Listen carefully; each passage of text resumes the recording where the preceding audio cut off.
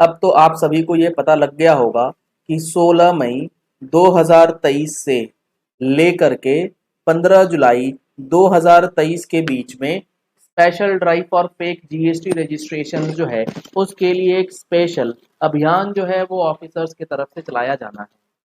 इस पर्टिकुलर पूरे पीरियड के अंदर आपको किन चीज़ों का ध्यान रखना है, कौन सी ऐसी बेसिक चीज़ें हैं जो आपको अभी नोट कर लेनी है इस वीडियो के अंदर, और आपको ये तैयारी करके रखनी है ताकि अगर कोई इंस्पेक्शन फिजिकल वेरिफिकेशन होता है आपके प्रीमाइसेस का तो आपको समस्या ना आए।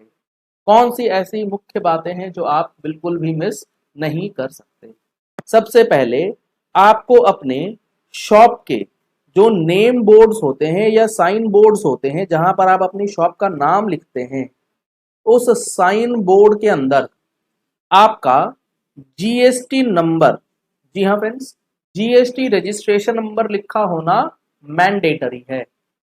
यहां पर एक एडिशनल पॉइंट आप ध्यान से सुनिए, अगर आप एक कॉम्पोजिशन टैक्स पेयर हैं तो वहां आपको इस जीएसटी रजिस्ट्रेशन नंबर के साथ साथ ये लिखा होना मैंडेटरी है कि आप एक कॉम्पोजिशन टैक्सेबल पर्सन है, यानी कि आप कॉम्पोजिट पर्सन है, कॉम्पोजिशन टैक्स पेयर हैं।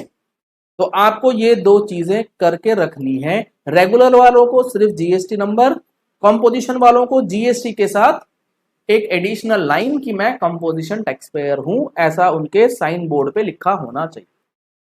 दूसरी चीज, और ये छोटी छोटी बातें जो हैं अगर आप फॉलो नहीं करेंगे तो आपके ऊपर पेनल प्रोविजंस जो है वो लगाए जा सकते हैं। साथ ही साथ अगर आप कॉम्पोजिशन स्कीम में हैं तो आपकी कॉम्पोजिशन स्कीम जो है वो विथड्रॉ भी की जा सकती है और आपको रेगुलर में शिफ्ट किया जा सकता है। तो बहुत खतरनाक प्रोविजंस जो है वो इन्वोक हो सकते हैं, तो ऐसी गलती बिल्कुल भी ना कीजिएगा।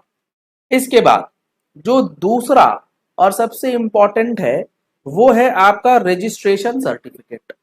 जीएसटी रजिस्ट्रेशन जब आप कराते हैं आपको मिलता है रजिस्ट्रेशन सर्टिफिकेट REG 06 के अंदर।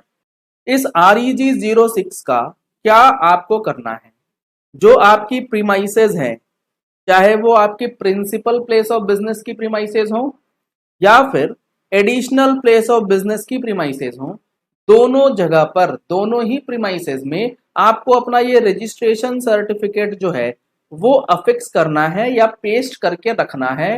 चाहे आप प्रिंट आउट करके लगाइए, जैसे मर्जी लगाइए, आपका जीएसटी रजिस्ट्रेशन सर्टिफिकेट होना चाहिए। और ये साइन बोर्ड और जीएसटी नंबर जो है वो आपके प्रीमाइसेस, जो मेन प्रीमाइस है प्रिंसिपल प्लेस ऑफ बिजनेस, उसके साथ साथ एडिशनल प्लेस ऑफ बिजनेसेस जहां जहां आपके माल रखे हुए हैं या जहां जहां से आप बिजनेस करते हैं, हर एक प्रीमाइसेस में ये सारी चीजें अवेलेबल होनी चाहिए। ये तो कुछ बेसिक डिटेल्स हो गई जो आपको अपनी डॉक्यूमेंट से रिलेटेड रखनी। तीसरा, जब फिजिकल वेरिफिकेशन का पीरियड चल रहा है तो आप ये इंश्योर करें कि आपकी अवेलेबिलिटी, जी हाँ फ्रेंड्स, आप उस प्रीमाइसेस में अवेलेबल होने चाहिए along with your purchase and sale register और इनवॉइसेस।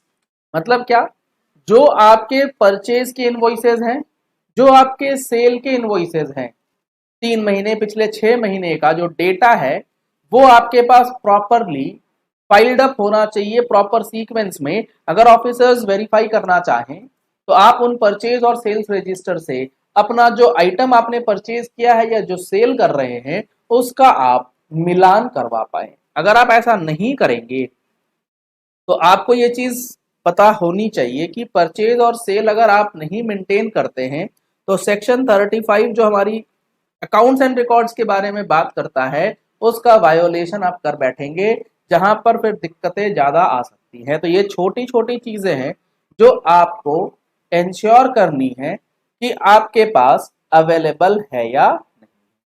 चौथी चीज, अगर आपका कोई ऐसा प्रीमाइसेस है जहां से आप बिजनेस कर रहे हैं और वो आपके आरसी में अवेलेबल नहीं है तो उसके लिए आरसी में अमेंडमेंट करवाना पड़ेगा और वो जितने एडिशनल प्लेस ऑफ बिजनेस हैं सबको ऐड करवाना मैंडेटरी है। अदरवाइज वहां रखा गया जो भी माल है, जो भी गुड्स है, उसको ऑफिसर्स सेल मान करके आपके ऊपर टैक्स पेनल्टी वगैरह जो है वो लगा सकता है, और in the rarest of the rare case के अंदर आपको आईटीसी रिवर्स करने के लिए कह सकता है। तो ये हो गई चौथी बात कि आपको इन पर्टिकुलर चीजों में बहुत सतर्क रहना है। पांचवी और आखिरी बात, आपकी जो जीएसटी रिटर्न फाइलिंग है वो अप्रैल के महीने तक की, अप्रैल की महीने की तो चलो 20 मई की डेट है, उसके पहले की जीएसटी रिटर्न जो है वो अप टू डेट रखेंगे अगर आप, तो आपके लिए ये पॉजिटिव इंपैक्ट होगा at the time of physical verification. और इसके साथ साथ जो आपके अदर कंप्लायंसेस हैं जैसे कि ई वे बिल, वो तो आपके परचेज और सेल के साथ ही इंक्लूड हो जाएगा।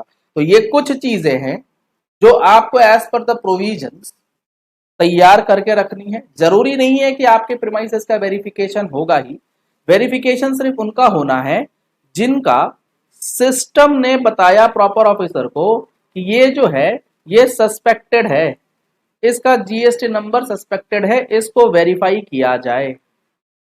तो अब होगा ये कि सस्पेक्टेड के चक्कर में कुछ लोग ऐसे होंगे जो जेन्युइन होंगे, बट उनको ये डिटेल्स जो है वो देनी पड़ सकती है। घबराने की बात नहीं है, आप लोगों ने घबराना नहीं है, जानते हैं ना, आप लोगों को घबराना नहीं है। आप लोगों को क्या करना है,